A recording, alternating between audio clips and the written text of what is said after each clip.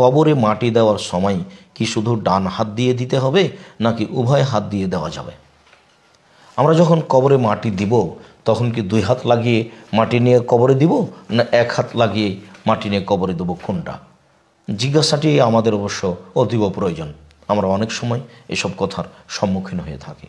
সম্মানিত দর্শক মণ্ডলী, হাদিস দ্বারা স্পষ্ট প্রমাণ হয় যে মানুষ কবরের পাশে গিয়ে দুই হাতে মাটি নিয়ে সাধারণভাবে কবরের উপরে রেখে দেবে। আর এটাই ঠিক।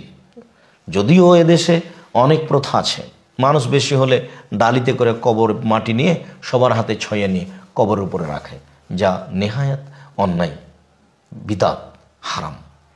সাথে সাথে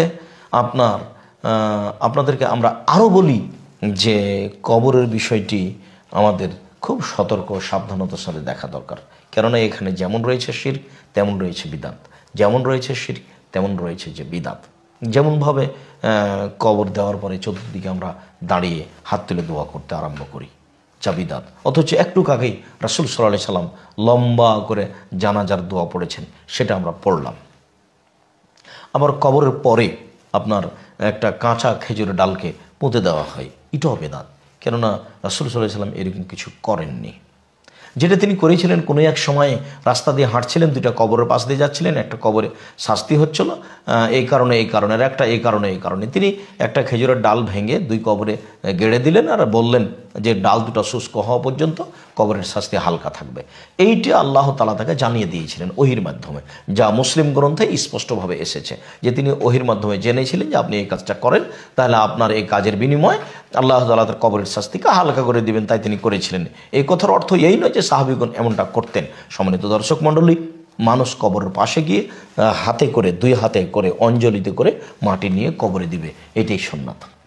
আবু হুরায়রা রাদিয়াল্লাহু তাআলা আনহু বলেন, আন্না রাসূলুল্লাহ সাল্লাল্লাহু আলাইহি সাল্লাম সাল্লাল্লাহু আলা জানাজাতিন, রাসূল সাল্লাল্লাহু আলাইহি সাল্লাম একদা জানাজার সালাত আদায় করলেন। সুম্মা আতাল কবরা, তারপর তিনি কবরের পাশে আসলেন। ফাআসা আলাইহি মিন কিবালি রাসিহি সালাসান, তারপর তিনি তার মাথার দিকে গিয়ে তিন অঞ্জলি মাটি নিয়ে, দুই হাত দিলে অঞ্জলি হয়, তিন অঞ্জলি মাটি নিয়ে রাজশাহী চাঁপাইনবাবগঞ্জের ভাষায় তিন খাবল মাটি নিয়ে তিনি কবরের উপরে চাপিয়ে দিলেন। এতে আমরা স্পষ্ট বুঝতে পারি যে দুই হাতে মাটি নিয়ে কবরের উপরে রাখবে। ইবনে মাজাহ মিশকাত হাদিস নাম্বার 1720। অতএব সহিহ হাদিস দ্বারা আমরা স্পষ্ট বুঝতে পারি যে দুই হাত লাগিয়েই মাটি উঠিয়ে কবরে দিতে হবে। আশা যে আমরা বিষয়টি খুব ভালোভাবে স্পষ্টভাবে বুঝেছি। আল্লাহ আমাদেরকে এইভাবেই এই পর্যায়ে আমল করার তৌফিক দান করুক। আল্লাহুম্মা আমিন। আল্লাহু আ'লাম বিশ-শাওয়াব ওয়া সাল্লাল্লাহু আলা নবী ওয়া সাল্লাম।